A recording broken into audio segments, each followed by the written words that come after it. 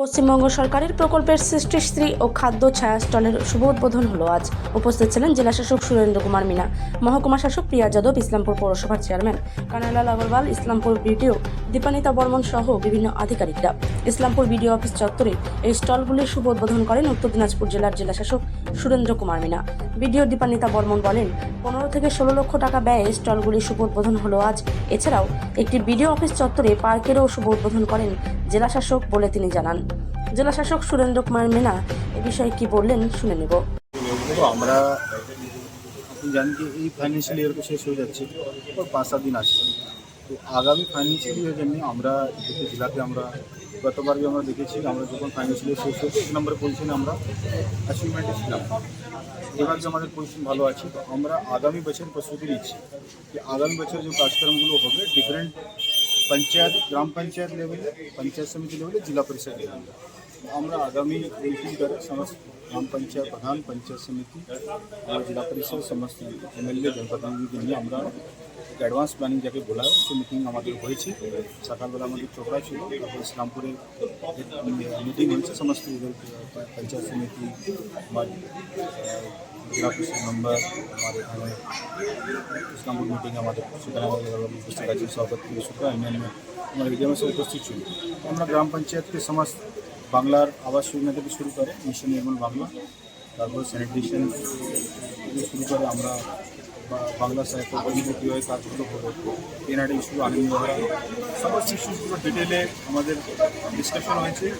সমস্ত গ্রাম পঞ্চায়েতদেরকে টাইমলাইন বোঝানো হয়েছে, কোনো কাজ নিয়ে গাফিলতি না হয়, বিরামি না হয়, টাইম বাউন্ড মানে কাজগুলো শেষ করতো সেটা একদম পরিষ্কার বোঝানো হয়েছে। এবার আমরা দেখলাম ইসলামপুর পঞ্চায়েত সমিতি 100% অ্যাচিভমেন্ট করতে পেরেছে। আমরা দেখলাম খুব ভালো প্রোগ্রেস শুরু ইসলামপুরে। যেখানে একটা দুটো জায়গায় কিছু প্রবলেম আছে সেগুলো আমরা অলরেডি বলেছি, ওগুলো আমরা দেখছি এখানে। তার পাশে দেখলাম ওখানে আজকে আমাদের খাদ্য ছায়া और সৃষ্টি স্টল ওটা भी রাজ্য সরকার থেকে হয়েছে, পঞ্চায়েত সমিতি ইসলামপুর এটা করেছে। তো আমার আশা করছি এসে যে ভূমিগুলিরা যারা আছে ওদের জন্য এটা করা হয়েছে, অ্যাক্টিভিটি ওদের ইনকামটা বাড়বে। তো এটাই আমাদের একটু মিটিং ছিল, বাকি সমস্ত জনকে মিলে আশা করছি আমরা কাজগুলোকে এগিয়ে নিয়ে নেব। পরবর্তীকালে ফলোআপ মিটিং আমাদের যখন হবে, আজকে আমরা যে টাইমলাইন বেঁধে দিলাম সেগুলো ফলোআপ মিটিংয়ে আমরা নেক্সট যখন হবে তখন আমরা এবার রেগুলার বেসিস যেহেতু আমরা বসি এখানে এসে আমি রেগুলার বেসিসে ইসলামপুরে আসি, তো আমরা ফলোআপ মিটিংটা থ্যাংক ইউ। আমাদের এখানে সৃষ্টিশ্রী আর খাদ্য ছায়ার দুটো স্টলের ইনঅগারেশন হলো আজকে।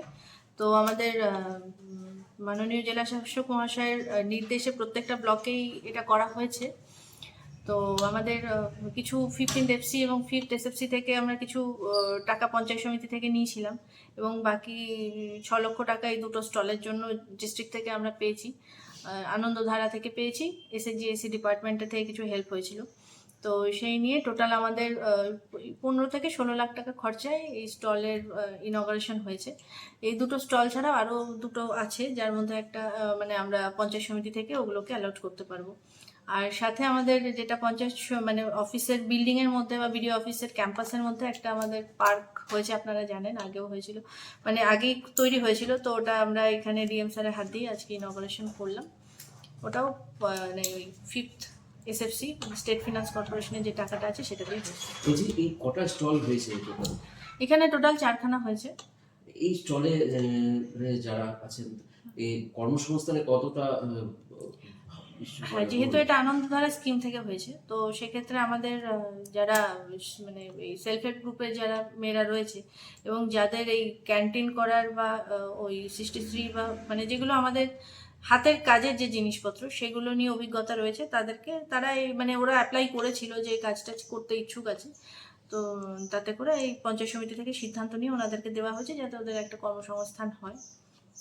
এবং আমরা শুধু ওনাদের কর্মসংস্থানও নয়, আমাদের এই মানে এই ইসলামপুর ব্লকের যে দলগুলো রয়েছে তারা বিভিন্ন রকমের হাতের কাজের জিনিসপত্র তৈরি করেন। দেখবেন আপনারা বিভিন্ন বেতের জিনিস আছে, ফুলদানি বা অন্যান্য বাঁশের জিনিস আছে, আর তারপর নাইলন দিয়ে ওরা অনেকটা মানে হাতের ব্যাগ বা এই সমস্ত কিছু তৈরি করে, সেগুলোকেও যাতে আমরা প্রমোট করতে পারি। শুধু আমাদের ব্লকের না, অন্যান্য পার্শ্ববর্তী অন্যান্য ব্লকেরও যারা সেলফ হেল্প গ্রুপের তৈরি জিনিস আছে, সেগুলোকেও আমরা এখান থেকে যাতে শোকেসিং করতে পারি বা ওনাদের বাজারজাত করতে পারি, সেটার একটা ব্যবস্থা আছে এখানে।